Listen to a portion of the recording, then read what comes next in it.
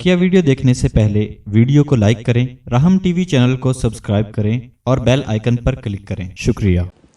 अब रहा ये सवाल कि ज़ाहिरी अहकाम की हुक्म उदूली जब इंसान करता है, इसी तरीके से बातनी अहकाम की हुक्म उदूली करता है, तो उस हुक्म उदूलियों से बचने का क्या तरीक़ा है? कैसे हम ज़ाहिरी अहकाम की हुक्म उदूली से बचें, इसलिए कि ज़ाहिरी अहकाम तो बहुत हैं। इसी तरीके से बातनी अहकाम की हुक्म उदूली से कैसे बचें, इसलिए कि बातनी खसाइल रज़ाइल बहुत हैं।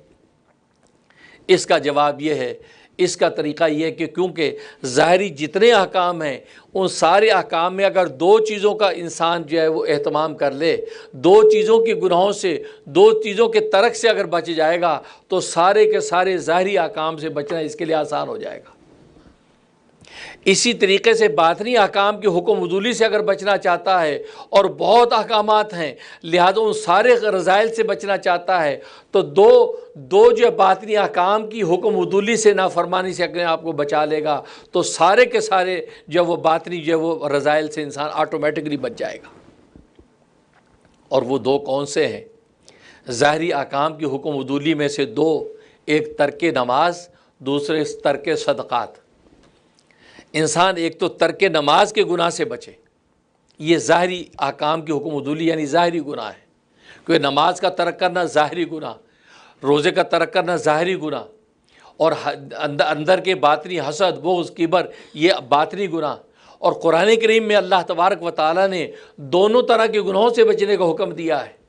वज़रू ज़ाहिर इस्मी व बातिना, कुरान ने कहा वज़रू ज़ाहिर इस्मी व बातिना, बचो तुम ज़ाहिरी गुनाहों से भी और बातिनी गुनाहों से भी।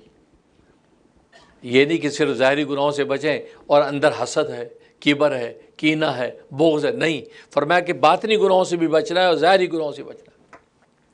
और ज़ाहिरी गुनाहों में मैंने बताया दो गुनाहों से अगर इंसान बचे, इसके बचने का एहतमाम कर ले तो बाकी सारे के सारे गुनाहों से बचना इसके लिए आसान हो जाता है। और वो क्या है? एक है तर्क नमाज, नमाज को तर्क ना करे।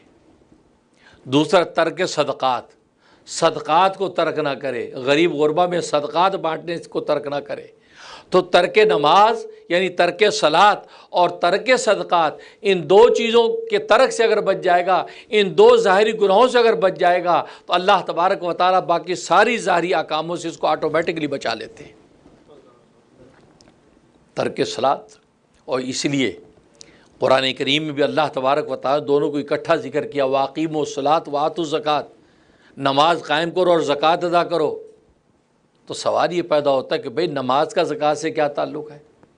एक इबादत बदन की है, एक इबादत जो है वो माल की है, तो इन दोनों को इकट्ठा करने में आखिर राज क्या है?